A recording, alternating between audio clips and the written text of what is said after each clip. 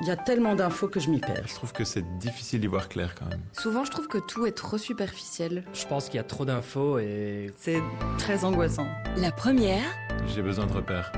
les clés, J'ai envie de comprendre. Arnaud Roysson.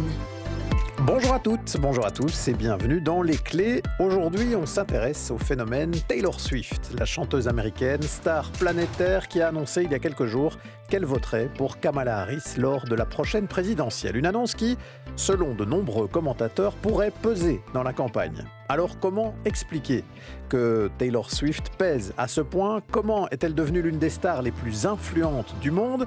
Et sa prise de position pourrait-elle changer la donne dans la campagne? Eh bien, on va prendre une demi-heure pour y voir clair. La première, les clés. Swift announcing right after the presidential debate Tuesday night. Taylor Swift has endorsed Vice President Kamala Harris in her campaign. Taylor Swift, who was the big surprise on the night of the... C'est à se demander si ce n'était pas ça, le vrai événement de la soirée, le 10 septembre dernier, juste après le premier et seul débat télévisé entre Kamala Harris et Donald Trump. Toutes les télévisions américaines commentaient la prise de position de la chanteuse Taylor Swift dans la campagne. Et très vite, les commentateurs et politologues les plus sérieux conjecturaient sur l'importance que ce soutien pourrait avoir dans la course à la Maison-Blanche. Do you think her endorsement will have a big impact? Oh, absolutely. Taylor Swift has 283 million followers. Oh. And 1 million people have already liked that Instagram post.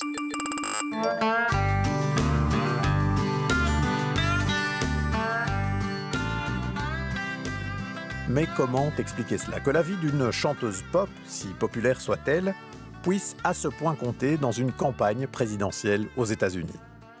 Pour le comprendre, on va d'abord revenir un peu plus de 20 ans en arrière, au début des années 2000, quand la jeune Taylor Swift vit encore en Pennsylvanie, où elle grandit dans une famille catholique et où très tôt elle va se passionner pour la musique country.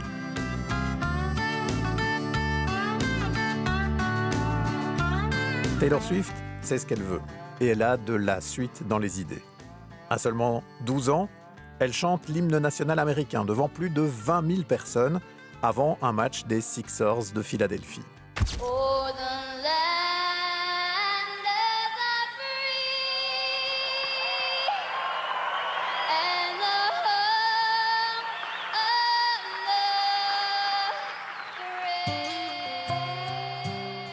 C'est à cet âge-là aussi qu'elle va apprendre à jouer de la guitare et que son désir de devenir chanteuse se précise. Au point que ses parents vont déménager à Nashville, dans le Tennessee, au lieu de la musique country où Taylor Swift enregistrera son premier album, c'est en 2006, un album intitulé tout simplement Taylor Swift et qui contient notamment ce single. He said the way my blue eyes shine, but those Georgia stars to shame that night. De la pop country, bien sucrée, un peu lisse, avec des clips qui empruntent au registre des comédies romantiques, et un album qu'elle va aller promouvoir en multipliant les petits concerts et les premières parties, ce qui va l'installer déjà dans le monde de la musique country et même au-delà, puisqu'elle récolte une première nomination aux Grammy Awards. Et il ne faudra attendre que le deuxième album pour que déjà Taylor Swift s'impose comme une star incontournable qui va multiplier les tubes.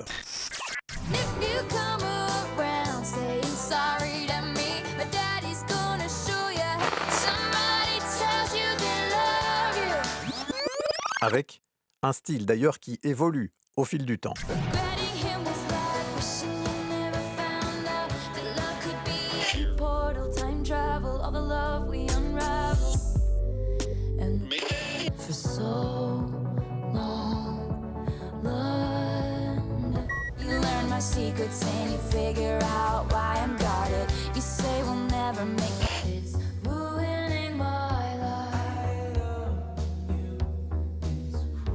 Mais Taylor Swift, ce n'est pas qu'une machine à tubes bien huilée. C'est un caractère bien trempé. En témoignent plusieurs bras de fer avec l'industrie du disque pour récupérer les droits sur ses chansons ou pour défendre la rémunération des artistes sur Apple Music. C'est une image qui évolue aussi. On est passé de la chanteuse country qui parlait sans doute davantage au milieu blanc et conservateur, à une femme qui s'exprime ces dernières années pour défendre les droits des femmes et les droits des minorités sexuelles notamment. Elle prend la parole aussi pour dénoncer le harcèlement et les agressions sexuelles et s'appuie en cela sur sa propre histoire et l'agression dont elle a été victime de la part d'un DJ, c'était en 2013. I just wanted to say I'm sorry to anyone who ever wasn't believed because I don't know what turn my life would have taken if people didn't believe me when I said that something had happened to me. En 2018, elle franchira le pas de se mouiller politiquement, surtout pour dénoncer les positions des conservateurs sur les droits des femmes et des personnes LGBTQIA+. Elle soutiendra Joe Biden en 2020, et puis cette fois Kamala Harris donc, pour la présidentielle de novembre. Taylor Swift endorsed Madam VP Kamala Harris. Voilà pour un très court résumé de la carrière de Taylor Swift en 5 minutes. Évidemment, ça n'est pas facile. On va accueillir une première invitée dans les clés, c'est Morgane Giuliani. Bonjour. Bonjour. Vous êtes journaliste, vous êtes l'auteur d'un livre qui s'intitule Taylor Swift, la rebelle devenue icône chez Talent Édition. Alors avec vous, on va d'abord essayer de comprendre le phénomène Taylor Swift. Je vous avoue que personnellement, je connais assez mal Taylor Swift et que quand j'écoute de temps en temps, je me dis c'est de la musique pop certes bien faite, mais d'apparence un peu lisse, sans qui est toujours, à mes yeux en tout cas, une originalité débordante. Alors, ça m'intéresse de vous entendre sur le sujet. Comment est-ce que vous expliquez que Taylor Swift soit devenue à ce point une icône de la pop aujourd'hui et comment elle parvient à électriser ses fans dans l'ampleur où elle y parvient? Je pense qu'il y a plein de manières d'expliquer son succès. Par exemple, déjà, quand elle a commencé dans la country, c'était la seule ado à ce moment-là. C'est-à-dire que c'est très rare que des ados réussissent dans la country. D'ailleurs, elle avait essuyé beaucoup de refus parce que les labels se disaient qu'il n'y avait absolument aucune chance pour qu'une ado réussisse dans la country. Et elle s'est très vite forgé une image de, comme on dit en anglais, la girl next door. C'est-à-dire une fille très normale qui a la tête sur les épaules, qui est bien élevée, qui a des bonnes manières et qui, pourtant, à travers sa musique, c'est là qu'elle va s'autoriser à exprimer, par exemple, de la colère, notamment dans sa vie personnelle, parce qu'elle raconte beaucoup ses histoires d'amour dans sa musique, mais pas que.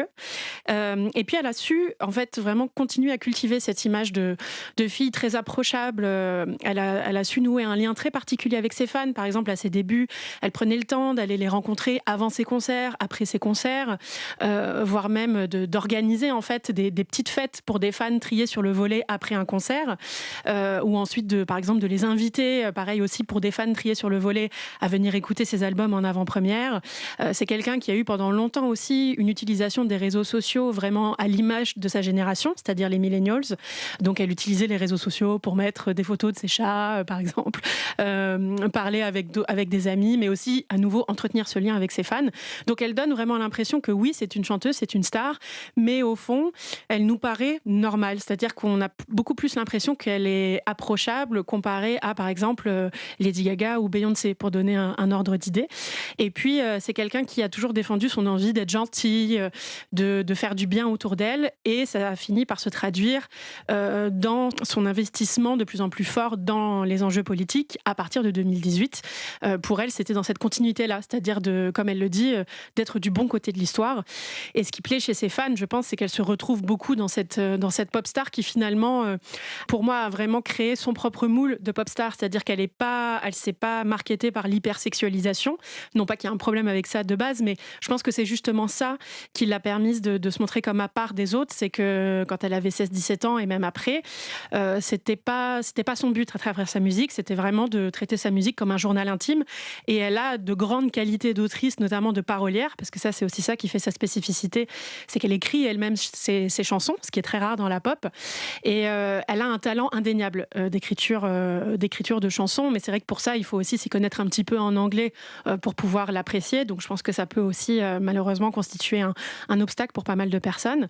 Et ses fans sont très admiratifs à la fois de son talent et à la fois ressentent une énorme sympathie et empathie envers elle, et elle leur rend beaucoup, et ce depuis ses débuts. Donc, par rapport à d'autres stars de renommée internationale qui mettent parfois en scène leur vie complètement hors norme, ici, c'est presque le contraire, quoi. Elle veut se mettre en scène comme une fille normale, malgré le fait qu'elle soit, par exemple, la première chanteuse à être devenue milliardaire. Oui, exactement. C'est-à-dire qu'elle ne va pas se photographier, par exemple, dans un lieu de vacances paradisiaque ou au volant de sa dernière voiture de sport ou des choses comme ça. C'est pas sa manière de faire et je pense que c'est lié aussi à son tempérament et à l'éducation qu'elle a reçue de ses parents, sachant que de base, elle vient d'une famille privilégiée. C'est pas quelqu'un qui vient du fin fond de la campagne. Au contraire, ses parents travaillaient dans la finance et le marketing. Ce qui est important aussi, je pense, c'est qu'elle a été très bien entourée depuis ses débuts. C'est-à-dire que ses parents, d'ailleurs aujourd'hui, sont parmi ses plus proches conseillers. Ils travaillent auprès d'elle. Et je pense que c'est aussi ça qui lui a permis de garder les pieds sur terre et de continuer à être fidèle à elle-même, à sa personnalité, qui est voilà, une fille, entre guillemets, à peu près normale, même si, bien sûr, au fond, son rythme de vie, comme j'aime bien le dire, il est beaucoup plus proche d'un patron du CAC 40 que d'une personne normale. Mais c'est un équilibre assez dur à avoir, mais qu'elle parvient à avoir, je trouve. Avec nous aussi dans les clés aujourd'hui, Hélène Maquet. Bonjour Hélène. Bonjour. On vous connaît bien sur les ondes de la première. Vous, ce que vous pointez, c'est quand même aussi les ingrédients de la recette. Derrière ce qu'on voit de la personnalité, il y a quand même toute une forme de construction. Il y a des personnes derrière elle. Oui, en tout cas, au niveau de la production musicale, quand on écoute Taylor Swift, vous disiez, on a le sentiment que c'est lisse, etc. Je suis tout à fait d'accord avec Morgane Giuliani qui dit qu'il y a quelque chose du ressort de l'écriture chez Taylor Swift. Elle raconte effectivement cette vie d'adolescente star et puis de femme star à la manière d'un journal intime. Et je pense qu'à ce titre-là, elle a un impact énorme sur des tas de chanteuses. Si aujourd'hui, on décortique les paroles d'Angèle, flou, balance ton quoi, etc., pour moi, c'est les mêmes ressorts d'écriture que Taylor Swift. Même chose si on écoute Pommelien Thijs en Flandre, qui est une superstar en Flandre, c'est un peu les mêmes ressorts. Donc je pense qu'en termes d'écriture, Taylor Swift, c'est quelqu'un qui, effectivement, si on comprend l'anglais, a une écriture qui est particulière et qui est extrêmement efficace et qui est assez belle. L'autre chose, c'est qu'en termes de production musicale, Taylor Swift, c'est notamment derrière ces grands tubes Blank Space, Shake It Off, Max Martin, qui est avec elle depuis 2012, moins maintenant parce que lui-même s'est un peu retiré du game, entre guillemets, mais Max Martin, c'est le producteur, c'est un Suédois, et c'est le producteur qui a vraiment écrit les recettes, les codes de la pop industrielle, entre guillemets, aujourd'hui. Et je dis industrielle à dessein parce que Max Martin, il a vraiment monté ce qu'on appelle une écurie. Donc, c'est plusieurs personnes qui travaillent sur un morceau. Hop, un tel travaille sur un hook. Donc, c'est une phrase musicale qui va être extrêmement efficace. Un autre va travailler sur une phrase qui va permettre de faire monter la tension, etc. Donc, Taylor Swift, elle a derrière, et Max Martin, c'est lui qui a écrit Baby One More Time de Britney Spears, c'est les Backstreet Boys, c'est Ariana Grande, c'est tous les grands morceaux qui sont emblématiques de la pop actuelle, c'est Max Martin, et Taylor Swift, elle est très proche de Max Martin et il a travaillé avec elle. Mais donc, si je comprends bien, il y a à la fois la recette qui fait qu'on peut construire aujourd'hui, et presque avec de l'ingénierie, construire des morceaux de pop qui vont bien fonctionner, mais il y a aussi, à vous entendre toutes les deux, cette dimension d'écriture. Est-ce que vous diriez, Morgane Giuliani, du coup, dans l'écriture, que ce qu'on retrouve beaucoup aujourd'hui avec des stars qui vont, avec des vlogs, des vidéos, un peu raconter leur vie et puis embarquer les gens qui les suivent dans leur quotidien, etc., que Taylor Swift, elle parvient à le faire quelque part à travers ses chansons, que c'est ça qui explique aussi qu'il y a un lien particulier et proche entre ses fans et elle ? Oui, sachant qu'à ses débuts, on a tendance à l'oublier, mais elle a été pionnière dans l'utilisation des réseaux sociaux en tant qu'artiste. Par exemple, ça a été une des premières artistes de l'ère MySpace. Elle s'est fait connaître en partie grâce à MySpace, qui a permis de faire connaître ses chansons auprès d'adolescents qui de base n'auraient pas été du tout susceptibles d'écouter de la country. Et puis finalement, elle s'est retirée un petit peu des réseaux sociaux petit à petit parce que ça devenait compliqué, parce qu'au bout d'un moment, quand vous atteignez un certain niveau de célébrité, il faut quand même se protéger un petit peu pour préserver un peu de son intimité. Mais c'est quelque chose, par exemple, que ses fans adoraient. Elle avait une grosse utilisation de Tumblr à une époque, où, par exemple, aussi, c'était une des premières à faire des vlogs qu'elle postait sur YouTube quand elle partait en tournée. Donc, on pouvait vraiment la suivre au quotidien. On avait vraiment l'impression de suivre un peu une copine, d'une certaine manière. Et elle arrive à garder ça aujourd'hui, alors que là, maintenant, elle a des millions de fans. Et comme vous l'avez dit, elle poste moins. Quand on regarde sur Instagram, c'est un post tous les 10 jours. C'est pas un suivi très régulier. Oui, non, elle poste beaucoup moins. c'est-à-dire que parfois d'ailleurs les fans sont un peu nostalgiques de ça, c'est-à-dire que notamment il y a une dizaine d'années, elle pouvait poster des photos de ses vacances, etc. Ou tweeter beaucoup. Maintenant c'est plus du tout le cas parce que je pense qu'elle se préserve beaucoup plus. Mais c'est vrai qu'aujourd'hui on se tourne vraiment d'autant plus qu'avant vers ces chansons pour un peu savoir, essayer de comprendre ce qui se passe dans sa vie. Et je me permets juste de rajouter par rapport à la production que pour moi ce qui est intéressant aussi avec elle, c'est que justement à notre époque où la pop s'est vraiment industrialisée, professionnalisée, où vous pouvez avoir, 10 personnes qui vont bosser sur une seule chanson, il y a encore un côté très organique et artisanal dans la musique de Taylor Swift, c'est-à-dire qu'elle a des collaborateurs très privilégiés, notamment Jack Antonoff et Aaron Dessner, avec lesquels elle va faire tout un album, c'est-à-dire ils vont le faire à 3. Voire 4 personnes. Donc je pense que c'est aussi ça qui fait qu'elle est très singulière par rapport à d'autres artistes, et c'est aussi ça qui plaît à ses fans, c'est que contrairement à d'autres qui en ce moment ont beaucoup recours aux samples de tubes des années 2000 ou 90, ou à ce qu'on appelle l'interpolation, c'est-à-dire qu'on mélange vraiment une mélodie actuelle avec une vieille mélodie d'un tube que tout le monde connaît, elle n'est pas du tout là-dedans, elle continue à créer ses propres mélodies, elle est vraiment dans un univers à part. Donc, on commence à comprendre avec vous les ingrédients du succès et aussi de ce lien, parce que c'est important pour la suite, évidemment, et pour l'enjeu politique de ce lien qui se noue entre elle et ses fans, et de l'influence qu'elle peut avoir sur ses fans. Ceci dit, Hélène Mackay, il faut quand même regarder aussi l'enjeu économique. Je lisais ce matin, en préparant l'émission, que le patron de la Fed, la Réserve fédérale américaine, avait salué l'impact positif de Taylor Swift sur le PIB des États-Unis. Alors, comment est-ce qu'on en arrive à pouvoir avoir de telles déclarations? Peut-être avant de venir là-dessus, je voulais juste réagir sur la question de l'influence, parce que Taylor Swift, effectivement, elle est probablement l'influenceuse la plus puissante au monde aujourd'hui, parce qu'elle a créé un lien particulier avec ses followers, mais aussi, et je pense que c'est là qu'elle fait quelque chose qui a un intérêt politique majeur, c'est qu'elle est parvenue à faire communauté. Donc au-delà de se reconnaître dans Taylor Swift, aujourd'hui, les Swifties, donc les fans de Taylor Swift, se reconnaissent entre eux. Donc elle est parvenue à faire, si vous voulez, corps autour d'elle-même. Et ça, c'est quelque chose que très peu d'influenceurs et d'influenceuses peuvent faire. C'est que sa communauté, en fait, elle continue à rouler sans elle. Même si elle n'est plus présente dans le lien au quotidien, en vérité, le lien s'est retissé entre les personnes qui font partie de sa communauté. Et ça, je pense que c'est l'intérêt politique majeur aujourd'hui de Taylor Swift, c'est qu'elle sait faire ce que la politique ne sait plus faire. Ça, c'est une chose. Sur les questions économiques, elle est parvenue, en fait, comment est-ce qu'elle est parvenue à avoir un tel intérêt au niveau économique? C'est parce qu'elle s'inscrit dans cette grande tendance aujourd'hui de la pop music, qui est les grands concerts, les méga concerts, les grands événements. Et donc là, sa tournée World Eras Tour, elle a généré, alors je pense que c'était 1 milliard de recettes, et on parle de 8 milliards de retombées. En fait, c'est des très grands concerts qui sont organisés dans une série de villes. Alors, elle est passée en Europe, aux États-Unis, en Asie. Alors, il n'y avait qu'une seule date, ça a été...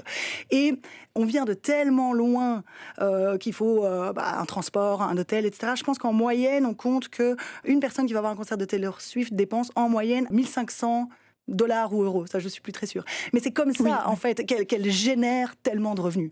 Morgane Giuliani, vous vouliez compléter là-dessus brièvement?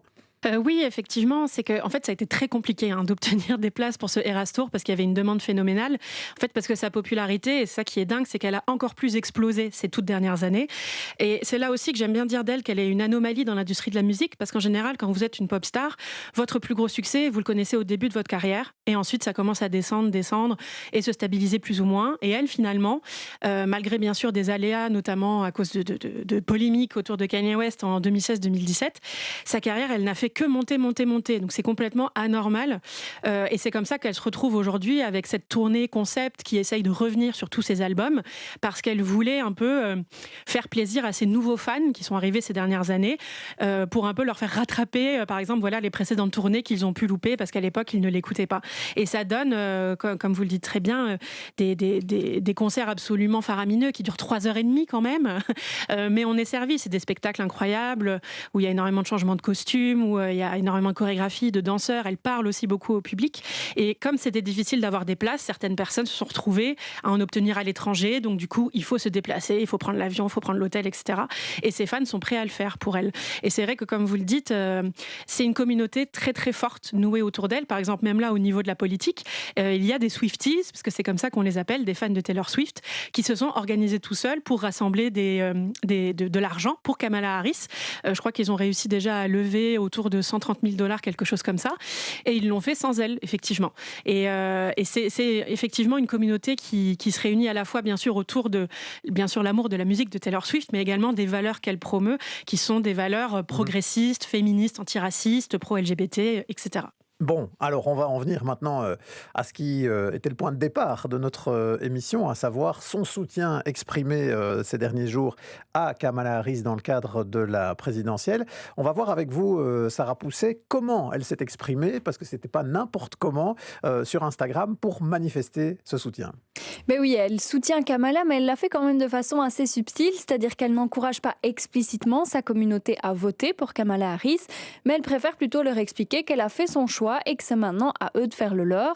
Dans ce post, elle incite surtout sa communauté à suivre les débats, à se renseigner sur les programmes des candidats et notamment sur les points qui leur tiennent le plus à cœur.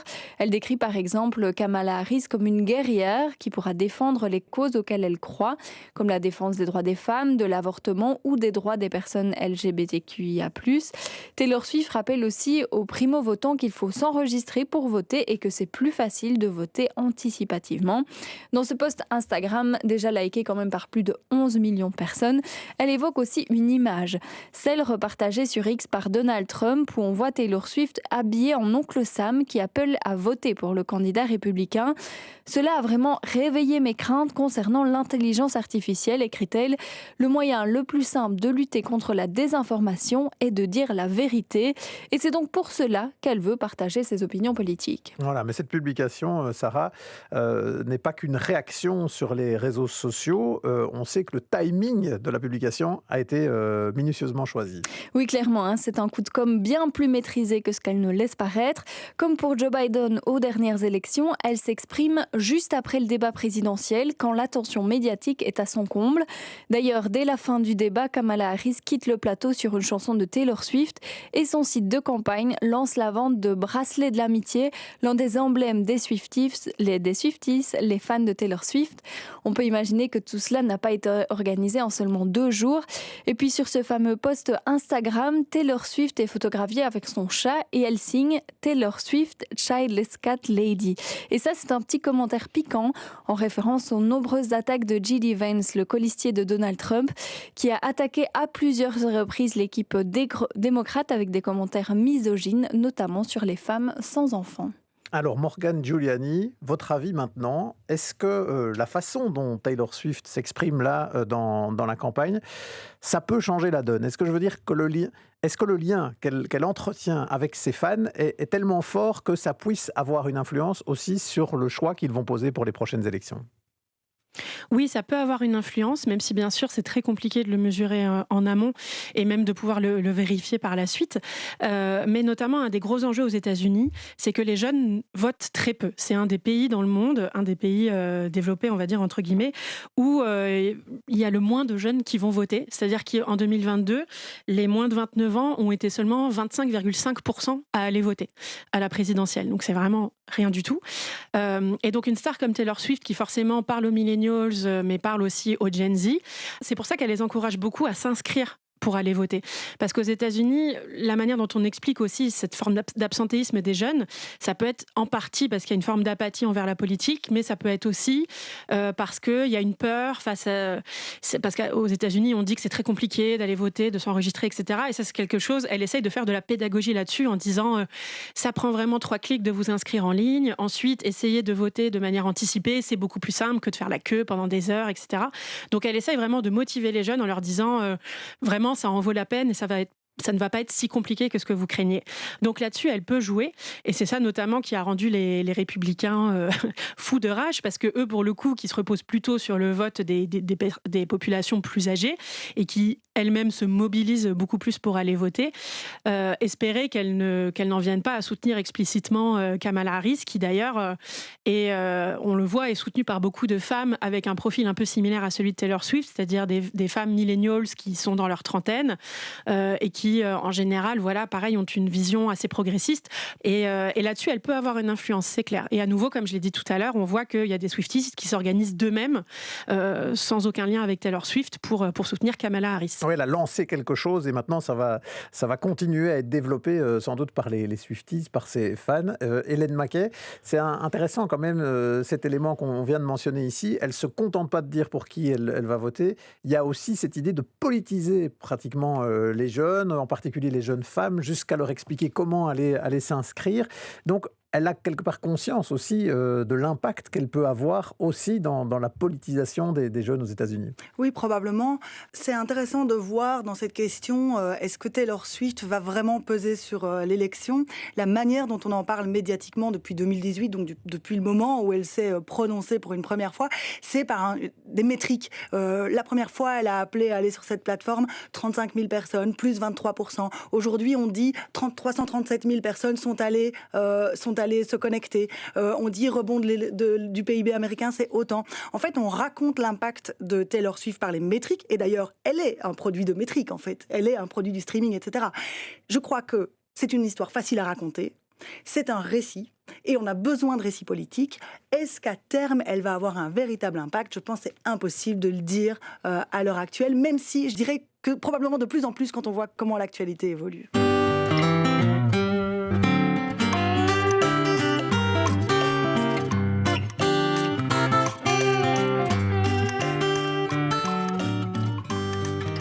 Et quand on dit comment l'actualité évolue, c'est parce qu'on a l'impression que cette élection, elle va se jouer sur de tout autres enjeux que les programmes et les propositions, ce qui est encore renforcé par la récente tentative d'assassinat sur Donald Trump. En tout cas, on retiendra de cet épisode, et je le note pour moi aussi, que ça vaut la peine d'aller écouter ou lire les textes de Taylor Swift en anglais pour bien comprendre le phénomène. Que sa grande force, c'est le lien qu'elle a réussi à créer avec ses fans en leur renvoyant l'image d'une girl next door, d'une fille un peu comme les autres, qui leur raconte au fil de ses chansons sa vie de jeune américaine née en Pennsylvanie, devenue star, et comment elle gère cette vie et cette évolution. On retiendra aussi l'entreprise Taylor Swift, qui pèse aujourd'hui des milliards si on regarde les recettes générées par ses concerts et par ses ventes d'albums, et qu'à certains égards, elle gère cet empire un peu comme une patronne du CAC 40, avec à la fois un côté encore artisanal dans l'écriture des textes et des mélodies de base, et un vrai travail d'ingénierie musicale dans la façon de façonner des tubes. Quant à son influence pour la prochaine présidentielle, un élément semble clair. Son principal impact, c'est qu'elle pourrait motiver pas mal de jeunes à aller voter, puisqu'elle compte même leur expliquer via des stories sur Instagram comment ils doivent faire pour s'inscrire et pour pouvoir voter, et que cette participation des jeunes, eh bien, elle est très redoutée par les équipes du camp Trump, raison sans doute de la haine de l'ancien président exprimée sur les réseaux sociaux vis-à-vis de la chanteuse. Voilà, c'était Les Clés. Un podcast de La Première avec, à la préparation, Sarah Pousset et Arnaud Ruyssen.